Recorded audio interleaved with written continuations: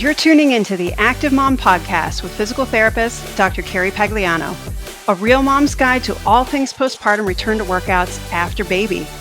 If you're a postpartum mom, coach, trainer, or physical therapist looking for answers on how to get back to running, CrossFit, yoga, Pilates, HIIT, you name it, without the fear of pelvic floor issues or doing something wrong, this is the podcast for you. Let's start the show. Love getting podcast recommendations from not only fellow listeners, but also from people who have already been on the podcast. And so this one comes from Katie Macris. She goes by Pursuit Endurance. And she's like, you need to talk to my coach. You need to have Liz Waterstraat on the podcast because also she's a co-host on Another Mother Runners podcast, which I'm sure so many of you know. And so I asked and she said yes, and said, what are we going to talk about? And I said, all the things. So Liz, thanks for being on the Active Mom Postpartum Podcast. Thank you so much for having me. All right. So tell us a little bit about who you are, where you're from, and what you do. Sure. Well, I'm Coach Liz, and I live in the Chicago area. And I have 3 kids, ages 13, 9, and 7. I have a wonderful sporty husband, and I have been a full-time coach since 2007. And I've been an endurance athlete for probably the past 25 years. Oh my gosh. What kind of endurance stuff? Is it mostly triathlon, or do you have some weird rando things that you just do for a long time? I've stuck mostly with triathlons, duathlons, but I coach everything, every type of endurance adventure you could imagine. That's awesome. The one I would love to do, and you probably don't coach it. Growing up, I was a Nordic skier, and then in college, I did rifle. And so I never got a chance to put biathlon together, which would have been really cool to do. I'm guessing that's not your jam. Well, my father-in-law used to run a local biathlon series. No way. Yes, as many of us out there know, a father-in-law will tell you everything. So he's had many conversations with me about the intersection of endurance sports and shooting. So yes, no, it's a crazy sport. Like people don't think, shooting's a sport, but when you have to strap a gun to your back and ski, 10K and then get your heart rate down and then shoot a tiny little spot. Yeah. Okay, if you start to take up that kind of coaching and I move to an area that gets more than 2 inches of snow, then we'll do a hookup there. Okay. Sounds good. Awesome. All right. So let's go back. Since our kids are similar age, I'm sure you remember like thinking about, I'm going to be active in pregnancy. I'm going to be active in postpartum. Before you were a mom, kind of, how did you envision kind of life as an early mom, life kind of where you are now, or did it not even occur to you? I think like many pregnant women, I had an idea of how I wanted things to go. And, this was 15 years ago when I was pregnant with my first child, and there wasn't a lot out there. Right. I feel like nowadays there's so much information, which is good and bad. But back then, I'm thinking back to the only book that I could even find was, I think it was called Exercising Through Your Pregnancy, perhaps by James Clapp. That's and the book itself, exactly. The book itself was very old. So that was the resource I had. Yep. There were some blogs out there that you could read, but it really was just sort of nebulous as far as what to expect as an athletic mom, what was okay. I mean, you go to the doctor, they're telling you to watch your heart rate. They want to talk to you about water aerobics. And I was like, please don't. No. So, so yeah, I think I had some visions of what I wanted, but as you get more and more into your pregnancy, you realize, okay, this is not really in my control. Yeah. Did you have visions of, running right up until your due date and running out of the delivery room and jumping into a marathon, or like how did that play out for you? No, the only thing I think I held tightly to was this idea that I just needed to listen to my body. And so even move beyond heart rate or paces and just say, okay, I need to just be in this moment of my body on this particular day, no matter how far I am into the pregnancy or what I have been doing, just listen to my body. And I knew that getting back from pregnancy would very much be the same process. So I didn't really plan I wasn't really one of those people who said, I'm going to run this number of miles and I'm going to run through pregnancy. In fact, in my first pregnancy, I stopped running at 6 months because my legs just really hurt. Yeah. Yeah. I think it was like 19 weeks with my oldest, and I was like, I can't, my bladder.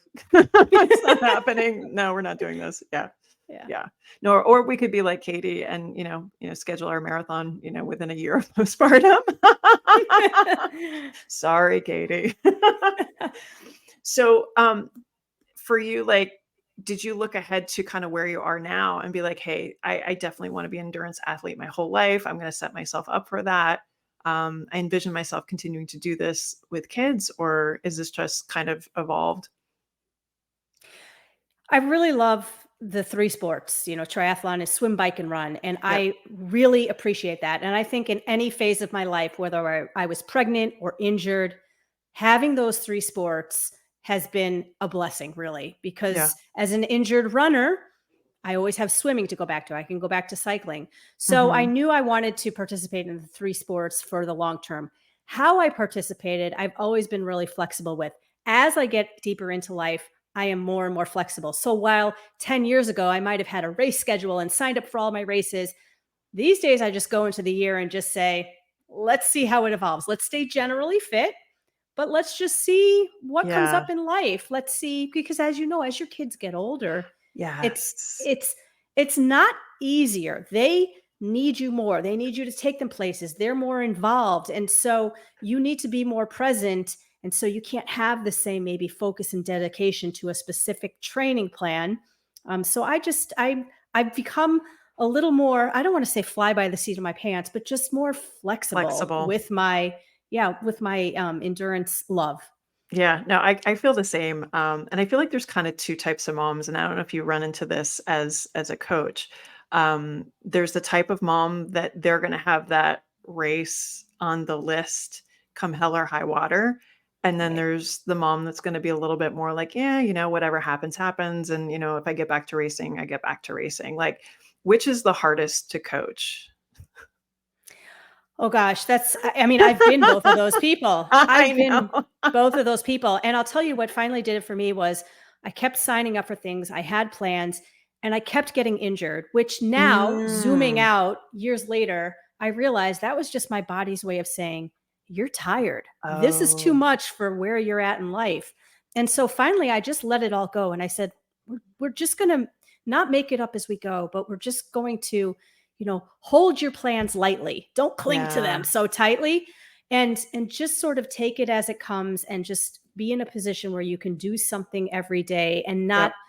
set that high expectation of, well, it's Saturday, I've got to do this workout. It's Sunday, this Right. date, I have to get in this number of miles. Because for me, as like a high achieving, dare I say, perfectionist, that was creating its own level of stress and just making things worse. So for Right. me, that didn't work as well. Well, that I feel like, and we're in the DC area here. We have a lot of high achieving moms, and I've lived here over 20 years, so I feel like I can say that with relative fact. No, I mean, I feel like that's almost like a recipe for disaster when you have a new mom trying to get back, or they have a race on the schedule or something like that, because there is that perfectionism where they're like, I can only do it this way. And I run into it a lot with moms that maybe don't have coaches, but they're trying to train like how they did in high school or in their Mhm. 20s, not realizing that maybe you don't have to do something every single day to show up at the line and still be able to perform. Is that something that you see your moms where like they almost want to do too much, and you've got to talk them back to be like, hey, you're trying to raise a kid here and breastfeeding and you're not getting sleep. We need to dial this back. Like, what do you do with that? Sure. I think we all have this idea of what we need to do, this like formula for success in Right. our head.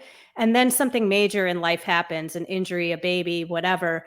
And you just have to be willing to redefine what success is and, understand too that the only way you make progress in anything is you apply a little stress and then you back off and you recover.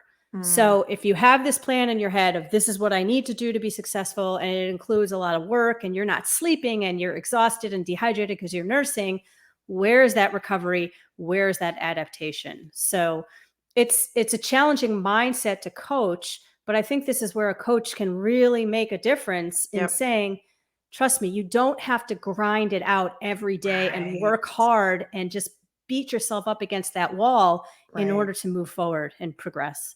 Yeah, I feel like that's such a shift just like in sport in general, but also I think it applies so much as a mindset for moms that you cannot pound, you cannot hustle every single thing because something's going to give. The injuries that you kind of had to navigate, um, was there one in particular where you're like, oh, this is the straw? Like if I don't fix something here, I'm in trouble. Yeah, I kept getting stress reactions in my tibias, which is just Oh, classic low energy, yep, not yep. recovering. And listen, trust me, I explored every other possibility for the cause except me.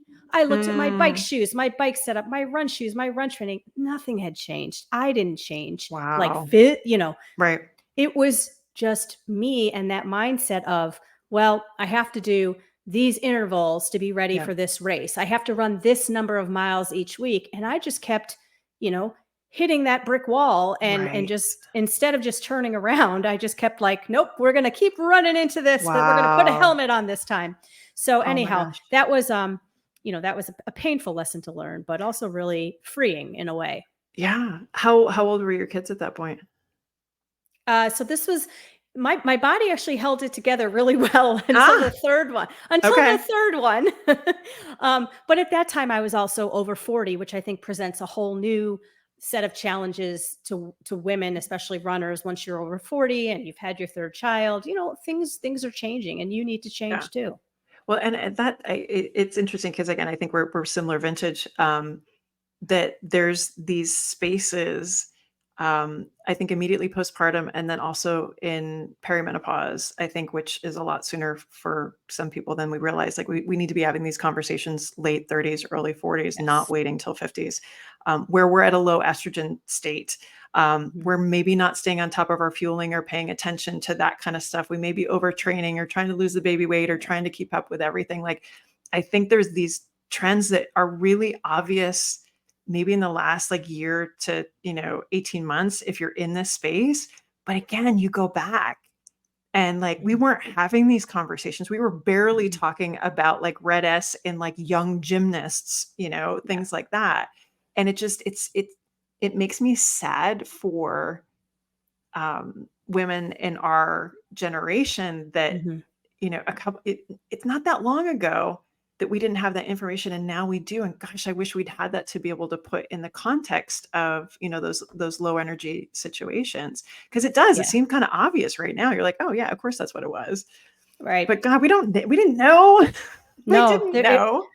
it just, I mean, the red S, the Yeah. Reds conversation was not happening 10 years ago. No. And the culture of competitive sports was very different. There was a lot of Yeah. talk about getting to race weight. And I even had coaches along the way prescribe me certain weights that I should be at to achieve at my Right. optimal level. I don't fault the coach. That was just the culture. And they were just Right. doing their job to the best of their ability.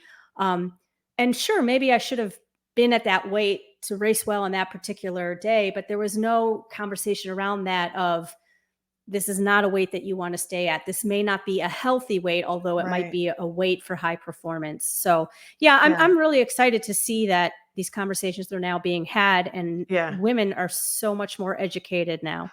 Oh my gosh. Well, I feel like, I mean, even just in running, obviously it's been the year of the mom and the year of just like female athlete stuff. But even just with, as you were speaking, I'm thinking of like Kara Goucher's book and, Lauren Mhm. Fleshman and just how much they shared and being fit and what that meant. And those of us too, growing up in diet culture, and that's what we had around us. And so we kind of go into, postpartum. And now there's this renaissance of, fuel for your activity and the Right. demands. And now, I mean, I used to run fasted in first thing in the morning all the time and wonder why I Oh, would, I would know. bonk. I'm like, what the hell? And now, of course I'm going to eat something. Yeah. Of course I'm going to have my electrolytes and my salts afterwards. And of course that's going to make me not feel like shit the next day. So Yeah. again, it's like I have all this FOMO for all, these female athletes now that are going into motherhood. I'm like, you have so much information that we didn't have. Mhm. That's so true. Yeah, no, but it is a really cool time to kind of be in this space. Like for you, what's the biggest thing that you've seen in just like female athlete coaching? How you deal with athletes and coaching them through endurance events? What are the biggest things that have kind of changed in how you do your work? The fueling conversation, people being more open to it. 10 years ago, um, people had a lot more misconceptions, I would Yep. say, about how to fuel themselves. But I feel like now people do have some level of education when they come into it. So it's not such a different conversation. It's not Yep. trying to get them to buy into this idea that, oh my gosh, you Right. actually need to eat to do these, to do an Ironman, you can't just finish it on willpower. Right. So, Yeah. so that's really changed. I think also just women being more in tune and aware of their own cycle. I have a lot of female athletes who will comment on where they're at in their cycle and how it impacts maybe their heart rate or their respiration rate or how they're feeling. Not that we're going to change training because of this, because I do think at some point we need to work through these feelings. And what if your Yep. race day, you have your period or Yep. you're ovulating? So you do need to get used to that. But I love that they are willing to share that information with me and they're like in Right. tune with their body enough Yep. to know. I'll never forget. It was probably 15 years ago. I had an athlete call me at 5 a.m. and she said, I can't do my race. I'm so embarrassed. I had really bad cramps and I went to the hospital and they told me I was ovulating. And she had never felt that before or had never been Oh. aware of that. She thought she was dying. She thought she had a Oh. ruptured appendix or something. And Mhm. so it was kind of a like a little funny moment between us, but also that's kind of how it was 15 years ago. Right. We weren't really talking about these feelings and what they mean. No. It was, I mean, not that 15 years ago was the dark ages, but all this stuff was a little more taboo, talking about Yeah. periods and how your body responds. Well, even just the conversations about endometriosis. I mean, like I Mhm. have so many 20 somethings that, they have issues later on and, you know, like, oh, I've been on the pill for this period of time. I'm like, well, why'd you get on the pill? And they're like, well, because I had these awful periods. I had to go home from school. I'm like, oh my God, we need to screen you for endo. Yeah. And again, like all these things now that are really, really obvious. How many women did we sit with in class that, had to go home early because their cramps Right. were excruciating, actually had undiagnosed endometriosis? I'm like, oh my Right. God, Mhm. the patriarchy. I digress. No, but it also, I think, being exposed to this and kind of this big shift. You've got daughters, yes? I have one daughter. Yes. Okay. And she's how old? She's 9. Okay, yeah, so my daughter's 10. So how are you gonna, like, totally hanging a left here, like, how are you going to start to or have you started to have those conversations about how to keep that kind of open that we talk about this stuff and normalize it and so on? She is the most confident Oh, whippersnapper. love She's it. already talking to me because some of her friends have already gotten their period in I the 4th grade. know, I Right. So know. it's a little more familiar and the girl, but what I love is that they're talking about it Yes. and because remember in junior high you got it and you were like, "Oh no. I need to hide this." And there were whispers of who had already gotten it. So Yeah. 4th grade, they're already having those conversations and they're No, open about it. yep, my daughter is too, and we've got a little pack that she keeps in her backpack just in case, and we've got a plan if it happens at school or something like that. But I told her, I'm like, back in the day, the girls would get pulled out for the assembly, and you'd be given a little Mhm. book. And I think it was at the very end of the time period before adhesive was like on pads, and so they had. Did you remember this? Like there was like a belt and, like, a Yes. hook. It was in, like, the Are You There, God? It's Me, Margaret book, like, the OG version. It's not in the Yes. current version now. They took that all Oh. out and updated it, which I was, like, waiting for it. I'm like, "I'm gonna have to explain this to you," but it wasn't there. They changed it. But I'm like, "Oh my god." Like, we're Yeah, really in the dark ages that you have a we were. plastic belt Mhm. to hang your pad from, Mhm. and we don't talk about it. But yeah, no, I'm getting in a lot more conversations about that with, so many moms that go almost directly from breastfeeding into perimenopause. And so they Mhm. have no freaking idea what their cycles are doing. and they're going basically from low estrogen state to continued low estrogen state, and then you're all stressed out too, and you're exhausted and you're tired, and you know, you don't really know what's going on, and they just blame life, and really it's such a small gap sometimes between those two. um, Right. and it's like, no, we're having those conversations. We need to do this now, even if we didn't talk about it a long time ago, for sure. So Yeah. yeah. All right, so for you, kind of where you are currently right now, like Mhm. what's happy training week for you? You don't have a race on the schedule. Like, for you, what kind of makes you, fills up your cup, allows you to still do the stuff with your kids, and is not like overreaching. It's just the right situation for you right now. Sure. So I would say consistently, I swim 3 times, bike 3 times, run 3 times. And that does it for me. I also will strength train at this time of the year. I'll strength train twice a week. Mhm. Most of my workouts are done, you know, before the kids get back from school. On the weekends, they're done very early. And as far as the intensity, maybe once a week in each sport, I'll go hard, but the rest of my workouts are generally easy to steady.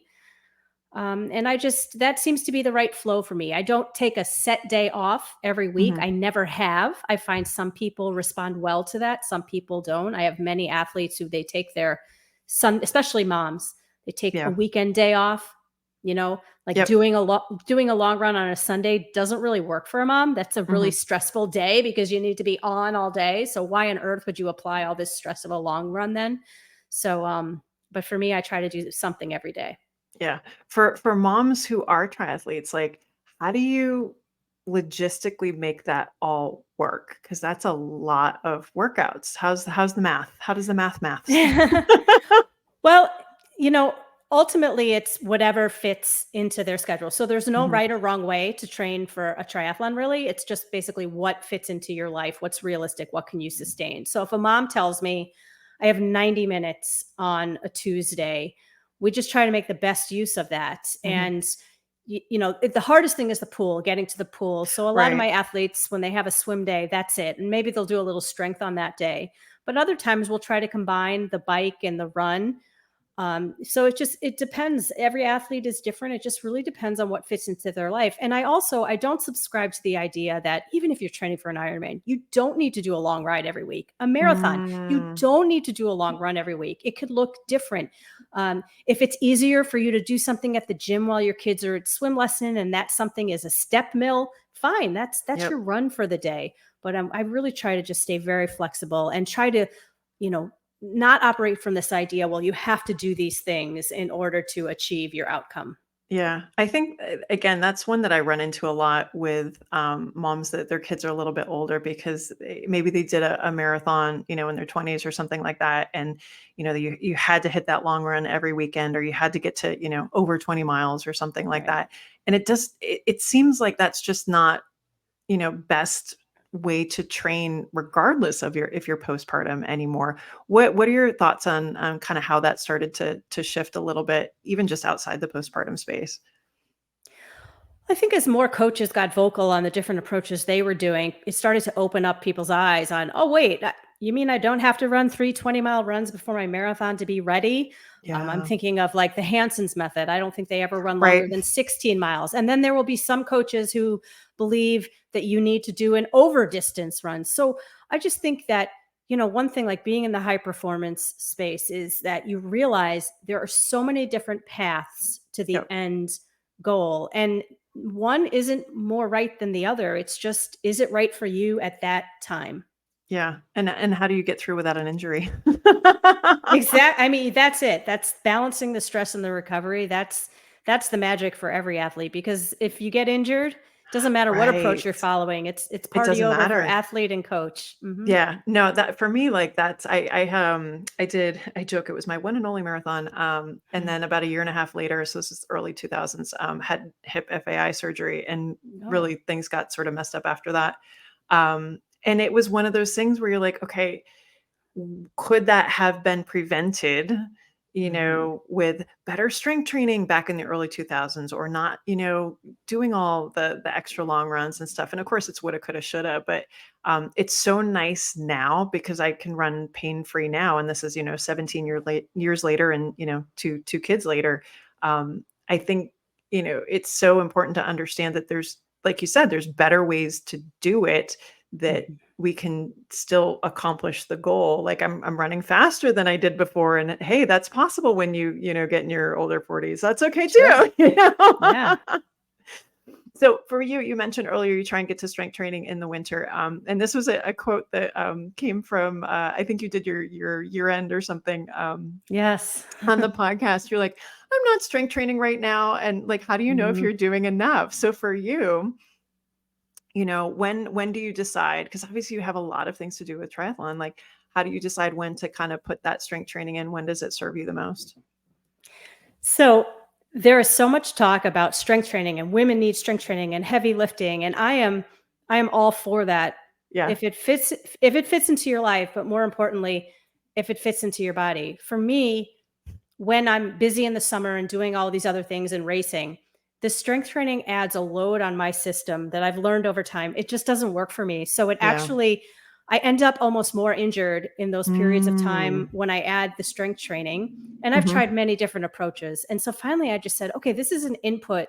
This is that one thing that pushes me over the edge. Some of us are just wired differently. Yep. So, but I do appreciate, especially as almost a 50-year-old woman, this is important. And so there's different phases of the year where, like right now, twice a week, sometimes 3 times a week, lifting a little heavier, changing my training load around that. So swim, bike, run workouts aren't impacted, and I'm managing that load across the week. Yeah. Yeah. No, I think that's a good point, because you can't do all the things all the time. No. And I think No. that's like mom 101 lesson too. That's not athlete Right. lesson. That's mom 101. And also, Yeah. how little do you do? So can you do before no one dies? Like, that one's also important too. Yes. Yeah, no, for me, it's funny now. Like back in the day, I used to think, I'm like, oh my gosh, you got to run 5 days a week. And I run maybe 2, maybe 3 days a week. And then I have, I'll go to CrossFit twice a week. And we have our, Olympic lifting portion, and then our conditioner, which for me, I'm 47. So I'm in a very similar boat to you, with all these recommendations floating around. Like, you should be doing this, lifting and HIIT and da-da-da-da. I'm like, okay, not enough hours in the day. And I know I can't do, CrossFit 5 days a week. I know I can't run 5 days a week. So we divide it up and recover a lot better. So again, you don't have to do all the things all the time. No. And everyone is their own experiment. And so Yes. you have to do what has proof of working for you. So if you're doing CrossFit, and let's say, or you're doing something like F45, which some of my athletes do, but you're getting injured a lot, you just have to ask yourself, is this a load that my body can actually handle? And so I think it's always worth investigating, not just what does research say and what do practitioners say, but what does my body say? Does this actually work for me? Yep. Yeah, no, it's funny you say F45. I had a client who's a runner, and she was doing that a couple days a week and getting runs in on the weekend, and she was a new mom. And what we realized was, and I've never gone to F45, but there was not a lot of single leg stuff. And so she's like, I'm going to go because I can fit that into my schedule. I'm like, I'm never going to tell you not to go, but let me give you these 2 or 3 other things that you can bang out in about 5 minutes that are kind of filling a gap. And I do think, like, someone was talking about Orange Theory earlier, like there's a lot of, different approaches to exercise where there are, strengths and there are deficits. But I am all for whatever you enjoy, wherever your community is, wherever you know that you're going to keep showing up, please do. And then we'll fill in the gaps later, but don't ever freaking take away stuff that people love. Yeah. No, I have athletes who do F45, Orange Theory, CrossFit, hot yoga. And they always come to me and they say, well, but I like doing these things and I don't want to. I'm like, then we won't give it up. We'll find a way, but we just have to be realistic that we can't do Orange Theory and then the next day go do a hard run. Right. It has to be, the placement of it has to make sense. So let's not just do things, but let's do things that actually make us better. Exactly. Yeah. No, I actually ran into this morning. This week has been wonky because the kids were off on Monday, and then I'm gonna go to a field trip with my son on Friday, which usually I'll do a workout on Friday. And I was like, oh, well, I could go Wednesday after I've dropped the kids off from school. I'm like, no, you have CrossFit in the morning. You're not going to do CrossFit and then go do an Right. interval workout. That is stupid. Yes. So I mean, I think that's a good point. It's like, sometimes you're going to get to it, but don't leave that stuff that you love at all, and don't Mhm. feel like you have to go to someplace you hate. Yeah. Yeah. We'll get you on it's one thing if you hate a barbell, we'll get you there eventually, like osteoporosis and, menopause induced stuff, Right. we'll get to that stuff later. But Right. all right, for you, what's your sweet spot with running? Like, what's the perfect run scenario for you? I have never been a high mileage runner. Mhm. Um, I'm a good runner. I've I enjoy running. I don't love to be out there just running lots of miles. So for Yeah. me, 20 to 25 miles a week would Mhm. be an ideal scenario. I've run really fast 5Ks on 15 miles a week. Mhm. I've run really well on 30 miles a week, but when I think about what's sustainable and what do I enjoy, 20 to 25 What's your miles a sweet week. spot? Yeah. Are Yeah. you a Mhm. group runner or are you solo? No, I'm a solo runner. Me I find too. yeah, I mean, I love communities, and I'm not a solo swimmer, so I will say that. I Oh, love my interesting. people when Okay. I swim, but when it comes to running, for me, I've done it for so long, and it's almost like a meditation, you Yeah. know? I run in beautiful places, I get out in forest preserves and on trails, and I just love it. Even though I've run the same route probably 1,000 times, Yeah. I love it. It's my space. I get Yep. really stressed out when I run with someone else because you Mm. have to talk the whole time. Yep. I feel like I Yep. know I'm bringing that. That's my own expectation, but no, I love a good solo run. Yeah, no, I feel like that's like a personal downfall. I wish that I, wanted to run with a group or had a group of, running girlfriends, but you're right. I do feel like I have to chat. And then I always am worried that I'm holding something back or holding someone Yes. back. Or that I'm working too hard than I should, and things like that. Hmm. And I've done group runs before at conferences with other Sure. PTs and that sort of thing. And a one-off is fine with me, but no, that's my me time. That's Yeah. that's my me time. Do you listen to music? Do you listen to podcasts? No. Do you go Mm-mm. quiet? I go completely quiet. I mean, part of that Mm, is a safety thing. I yeah. think it's really important for women, anyone, to be aware of their surroundings and Mhm. who's coming and going and what's Yep. going on. And so I don't listen to music. Yeah. Where you go, is it usually pretty populated or pretty desolate? That's a great question. I would say it's somewhat populated. I Mhm. go at times of the day where there's a predictable number of people around. Yep. I try not to go anywhere where I'm just by myself. Yep. You know.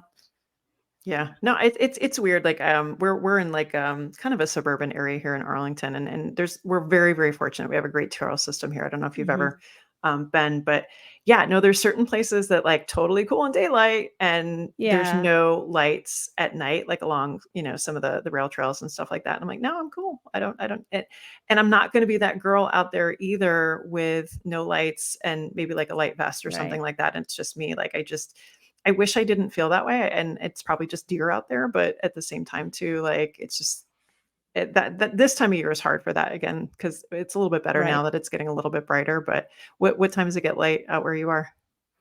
Oh goodness, maybe 6:30 a.m. Yeah. We're still, like, hanging just before 7 when it's, like, getting close to the solstice, it's, like, after 7, 7:15, which really drags Mhm. on the weekends if you don't get out till, I like, know. 7:30. I don't like that. But summertime, I'll get out by, 5:15, 5:30, and it's not so bad. Plus, you guys don't have the humidity as much as we do. Oh Um no, we do. Oh, you do? Oh, I'm so Mhm. sorry. Yeah. I'm so It's sorry. okay. I don't mind the heat at all. I'd rather run in the heat than the cold. Yeah, no, I'm from upstate New York, so I enjoy the cold. I enjoy we got like an inch of snow like 2 weeks ago, so we're super excited to go run in that. Not the ice, but it was all good. All right, so for you, kind of with your coaching, like what's your favorite group to coach right now?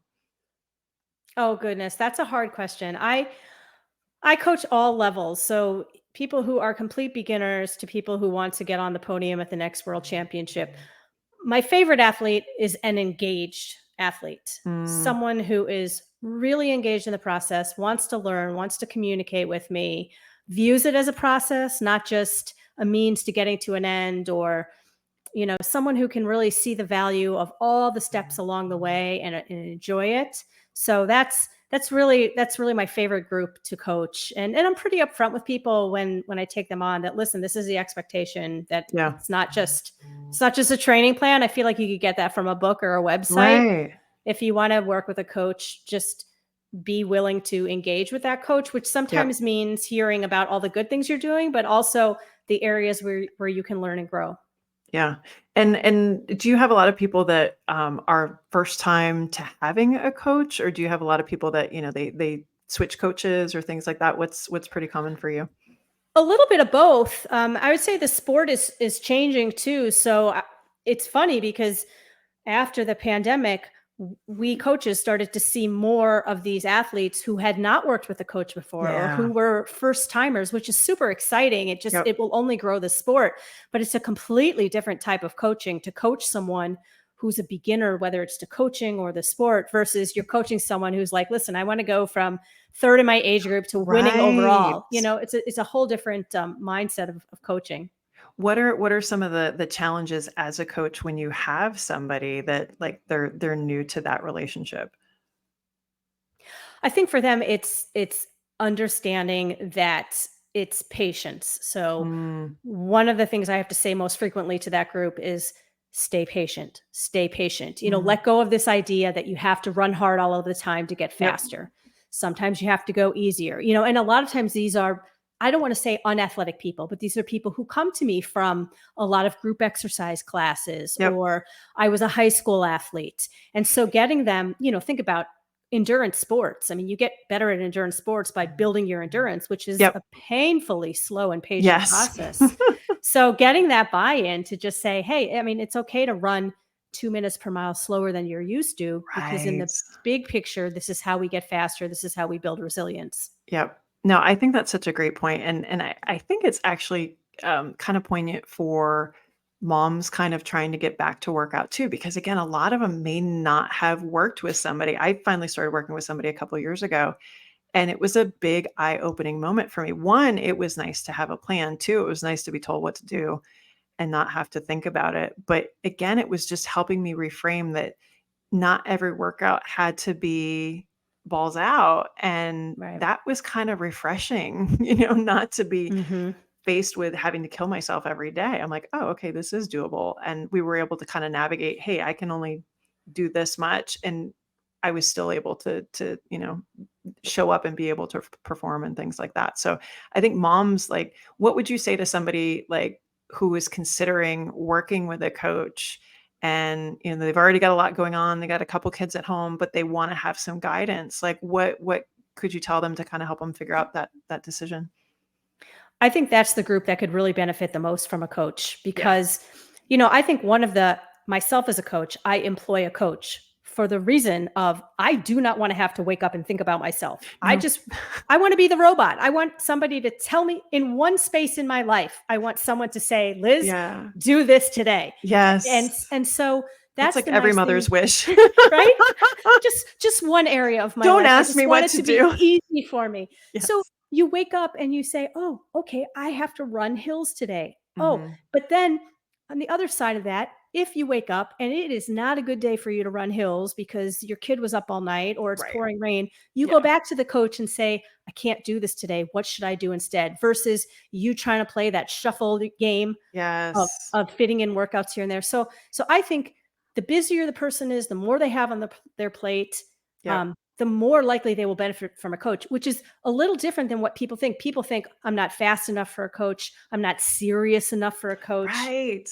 Which, I mean, those people, like the fast and the serious people, they're pretty Yep. motivated and they know what they're doing. So a lot of times, Right. yeah, they don't need a coach because they've got it all figured out. Yeah. No, I think that's such a great point, is that we have this self-sabotage where we're like, "Oh, well, I'm not good enough," or "I don't really need that," or it's the same Mhm. thing I think with fueling too. You're like, "I'm only running an hour. I don't really need to eat anything. It's okay. Yeah. I've always I'm not done it like this hungry. way. It's fine." And it's one of those things where you're like, all right, well, if it was that freaking awesome, you'd be killing it right now, you know? And so, yeah, no, I think, you know, especially if you're able to delegate that stuff out, it is life altering not to have to make another decision in your day. It really Mhm. is. Yeah. And I will say a good coach doesn't just change your fitness. They honestly change your life because Yeah, they will see things in you that you couldn't see for yourself. They yeah, will encourage you and push you safely to places that maybe you didn't think you could go. They will be there to help you sort through maybe what you perceive as a failure. And the emotional and psychological like benefit of those things is invaluable. It's not yeah. just about prescribing a workout and telling you what pace to run. I Right, mean, a calculator could do that. A right. computer could do that. So really a coach, I just think in all areas of our life, we could I think benefit so too. from Yeah. coaches, whether it's a therapist or a business coach. I mean, obviously we can't put all of these people on our payroll, so you have to pick and choose, but there's value. Yeah, I gotta work on the independently wealthy thing. Right? Like, we'll do the business coach for a little while, then we'll do the running coach, and we'll spread it Exactly. around a little. But no, it all applies. It all Mhm. applies. That's the thing that's so funny is like conceptually, and I think that's the probably the last straw that's it's the hardest before you click that button to say, yeah, I'm gonna do it. It's like Mhm. there's part of you that tells you, you're like, well, this can't be that hard. Like I can do it myself. And, Right. and again, if you were so awesome, you wouldn't be considering doing all this and you would have already done it. But it's just kind I think it's like the faster way to just like do what you want to do instead of like trying to beat yourself, you know, your head against the Yeah. wall or something like that. No, Yeah. I'm totally on board with that. Totally on board. For you, like, do you find, you know, as people have, you know, worked with you over the years that like they come up with like certain epiphanies or gosh, you know, I wish I did this sooner or, you know, what kind of, you know, I don't know, patterns do you see as people start to work with a coach a little bit longer? What a great question. I've had some of my athletes who have worked with me for 14 years. Oh, wow. So yeah, you see a lot of evolutions of themselves. And I think, the biggest thing people realize is just how to give themselves some grace. People who get into sports in general tend to be really hard on themselves. We've said it before, they're high achieving. And so, learning how to just give yourself some grace and be kind to yourself, whether you're making progress at the rate you want or you're a little bit behind. So seeing people grow in that area is always really important to me. Yeah.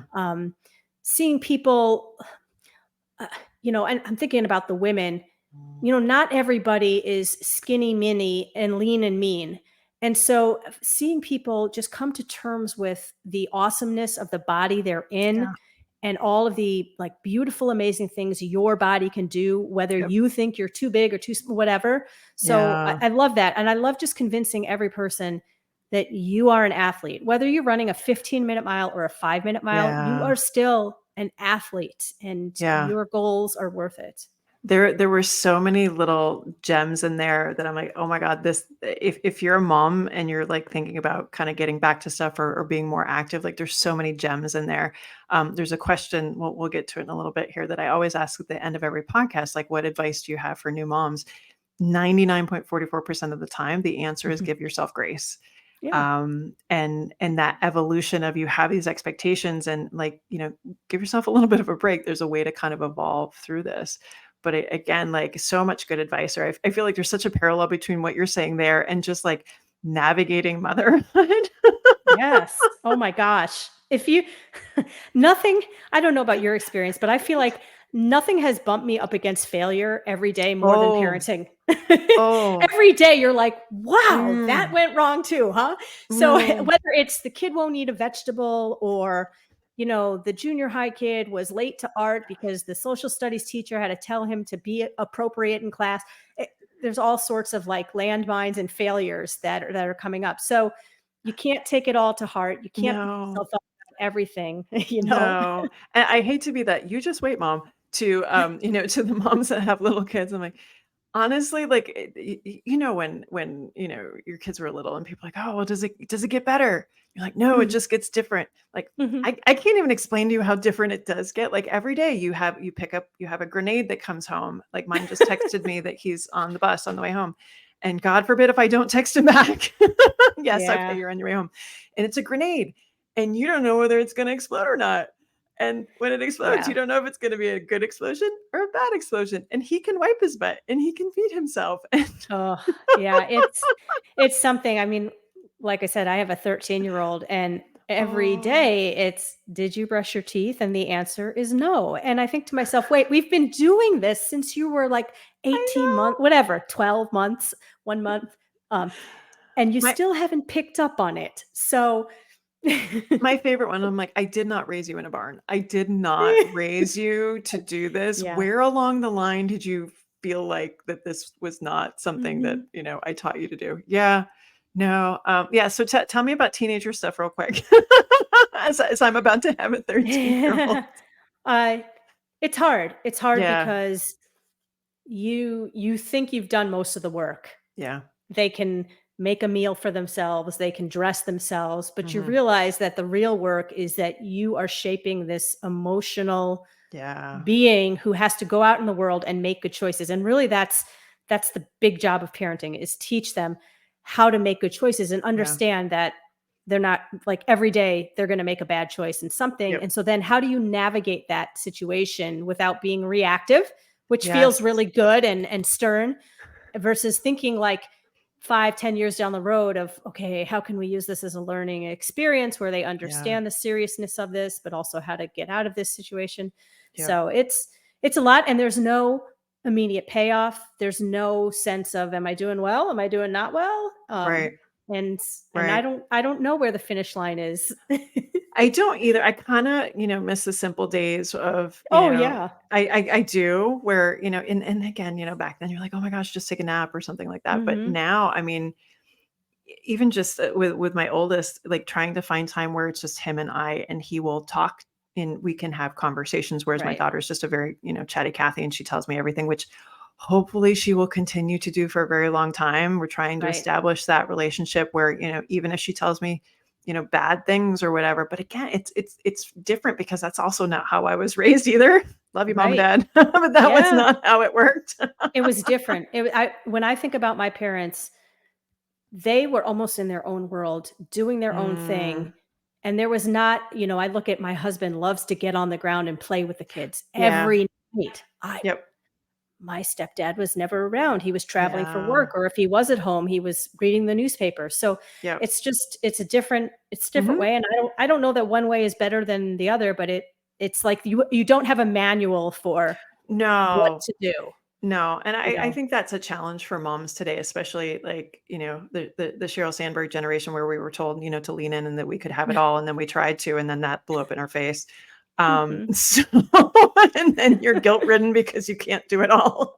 Yeah, Back to no, you you don't have to can't. do all the things, but yeah, no, Mhm. I think it's such a challenge, and again, I think it's such a beautiful thing to step back, and our generation really has embraced movement and has embraced sport and finding our way through that. And I love to see that that's just become the norm now. We're lucky enough here in Arlington. I think we're like the second year in a row, we're the most active city in the country. I love that Wow. about where we live. People might be a little too manic about it, but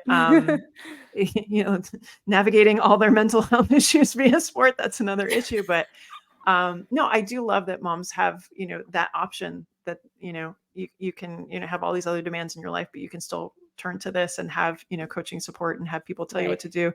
Cause Lord knows I got enough brain cells trying to navigate the other stuff. Mhm. For sure. For sure. Okay. At the end of every episode, we ask everybody a couple of questions. So for you, what's a book that you're reading now or a podcast that you're listening to?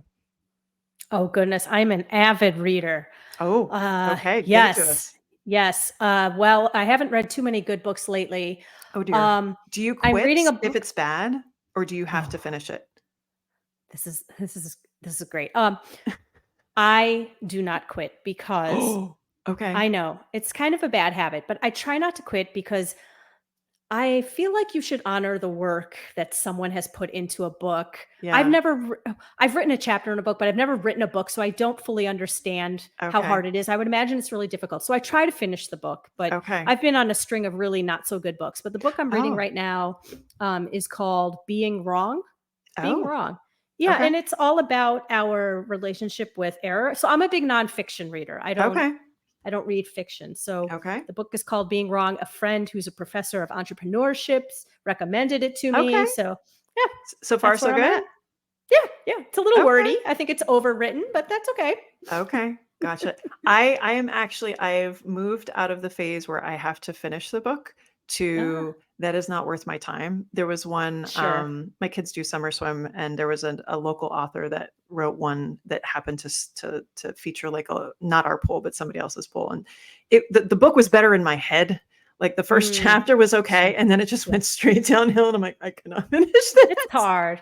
It's hard. I feel like it's a slippery slope if you let Mm, yourself quit books because you never know. Like it could be a yeah. 20 chapter book and you find one nugget along the way. So I Yep. try to like, even if it's, so I post all of my reads that I do, I post on Instagram as little stories and I try to Okay. find like one quote or one snippet that I think was worth the book. Got it. Okay. So you're always looking for that silver lining where I'm like, okay, I I'm done try. with you. I cut you off. You were dead to me. I'm also rereading a lot of books this year. I don't know why. Like, especially this time of year, I have a couple of books that are like super wintry, like calm books. Mhm. So that I don't know if that's a good idea or not, but it's working for me. So we're gonna do that. Yeah, yeah. Okay. Favorite activity since becoming a mom? Oh gosh, that's such a good question. I love the favorite activity is just being present and witnessing the relationship your children have with you. Like my little guy he is my heart. He is 7 years old and he was shouting into the Google Home thing this morning, Nice. "Who is the strongest person in the world?" And I don't know, whatever they said. Okay, and then he turns to me and he goes, "If I asked them who is the strongest mom in the world, they would say you, mom."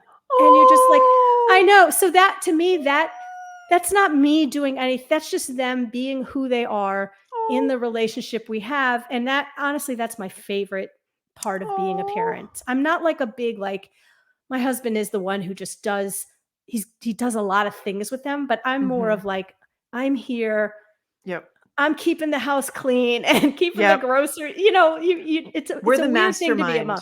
The Yeah. CEO of the household, the one Project who manager. knows Yes. right, the project manager, I the got one you. who knows all the questions to answer for the Hmm. pediatrician. And so just kind of like being in that role and accepting it and treasuring all the moments. I feel you. My kids just ask Google fart jokes, and animal sounds. So, like yours did something really sweet. No, although my daughter yesterday, she's like, I left you a note. And so I got it in the morning. And she said, Mama, I'm grateful. And then she said, I'm grateful for you because, and then she said something for my husband and her brother and the dog. And she's like, I'm so grateful for all of you. And I'm like, what did I do to get Wait, what? this? Right. It was so, I was like, But what about me? Like the one who gave you life? well, no, she did include me. It was everybody there, but like it was so sweet. And I was like, God, if I Oh, just taught her gratitude in some rando way that I wasn't yes. aware of, my job is done here. But like on a daily basis, you do not feel that at all. There's no way you're standing there being like, I am so impactful on this child and teaching them No, gratitude. Like, no, no, mm-mm. shit doesn't Especially work with that way. girls, especially with girls. It's like you're always doing something wrong with girls. Oh God. Yeah, she's so funny. She's like, I'll never hate you, Mama. I will never swear. I will never. I was like, yeah, you will. Yeah, you will. Yeah, no, I won't. I was like, yes, you will, and I'll remind you you said this. Oh well. Although my son, I don't know he'll ever do that kind of stuff. We'll see. He's my sweet boy, my little angel. All Mm. right. One piece of advice for new moms that can't be gratitude. It can't be Oh, yeah, sure. or grace. You got to come up with something else now. One piece of advice for new moms would be to j just take it day by day. I feel like new moms and there's a lot out there on new moms. I'm thinking even in the triathlon space. You look Yeah. on Instagram, the athletes who have had babies or whatnot, Yes. and they have plans of what they're gonna do and how they're gonna train. And then a few months into having the baby, they realize, oh, wait, you can't really have plans. It doesn't really work Right. that way. So I would Right. say just kind of show up every day and do the best you can with what you've got. And if Yep. that's a day off, a 30-minute run, Yep. pushing the kid in the stroller, whatever it is, and just let that be enough, and then just move on to the next day. Yeah. No, I think that's such great advice too. And I think in the beginning, everything seems so dire. Like if I don't Right. figure this out Oh, now, yeah. I'm never going to figure it out. And the fact of the Mhm. matter is you can and you will. Oh, yeah. Yeah, for sure. For sure. But yeah, man, in the beginning, it feels so final. Like, oh my God, if they don't sleep now, they're not going to sleep till they're 16. I always say to my friends with new kids, I say, as soon as you find yourself completely at the end of your rope with one phase, Mhm. it's like something changes and you wake up Mhm. and you're like, oh, now we're on to a different phase. Right. And you didn't do anything different. You just No. persisted. You just endured. So just endure. Just endure. That's very positive. Endure. We can do this. All right, I'm going to switch up this question. What I usually ask is somebody in pregnancy postpartum space, but for you, like, who's somebody in like the coaching space, especially female athlete coaching space, or even a female athlete, like who's got your attention right now? Oh, goodness. Gwen Jorgensen. Yes. She is the 2016 gold medalist from the Rio Olympics. She obviously competed at a very high level in triathlon, went away to have a baby, came back and tried to compete at a high level in running just to make her life simpler as a mom because she Yeah. didn't want to do all the traveling. Yep. And then it really didn't turn out as she planned. There's a theme. And so she went and she had her second child and now has decided to come back and try triathlon again. What I love about Gwen is she has been completely authentic, vulnerable, Mm, transparent in her journey. She puts it all out there on Instagram, and she is one of my favorite follows because she's doing it. yep. And I don't think she gets enough credit for what she has done. She did all these races last year. She raced herself. She's darn near consideration for being on the Olympics in Paris, all while still nursing her child. I Yeah. don't know about you, but when I was nursing, I Mm-mm. was like useless. I was dehydrated. I was tired. My body just didn't even look like No. my body. Just the So logistics of yes, the everything. No. pumping. So I'm like obsessed with Yeah. her progress at this Yeah. moment. She's awesome. And I'm so glad we didn't have social media back when my kids were teeny tiny. Because I think to consciously decide to share the vulnerabilities Mhm. is a hard decision to make, especially as you're trying to process through that. But I think there's such value in sharing a story so that people don't assume that there's perfection underneath. I'm always suspect of people that it's, bright, Yes. shiny, happy days. I'm like, bullshit. It is not. And to share that, I think is incredibly inauthentic. And I think it's incredibly unfair to lead people to believe that that could be them. And it's like, no, it's not life. Life's messy. Right. So I do believe in processing though, like for stuff that I'll post, like I really long story short, drinking from the fire hose, just became perimenopausal, into menopause really recently, and just like gave myself about 6 weeks to be like, okay, I need to work through this stuff before I talk about it because I'm like, I cannot process Right. this stuff at the same time. Yeah. I think Not doing that. everything, Yeah. just giving yourself space Yep. and Yep. yeah. Yeah. Mhm. Do it when it feels right to you for sure. But yeah, Right. no, we love her. She's the bomb. And then last one, what does it mean to you to be an active mom in postpartum?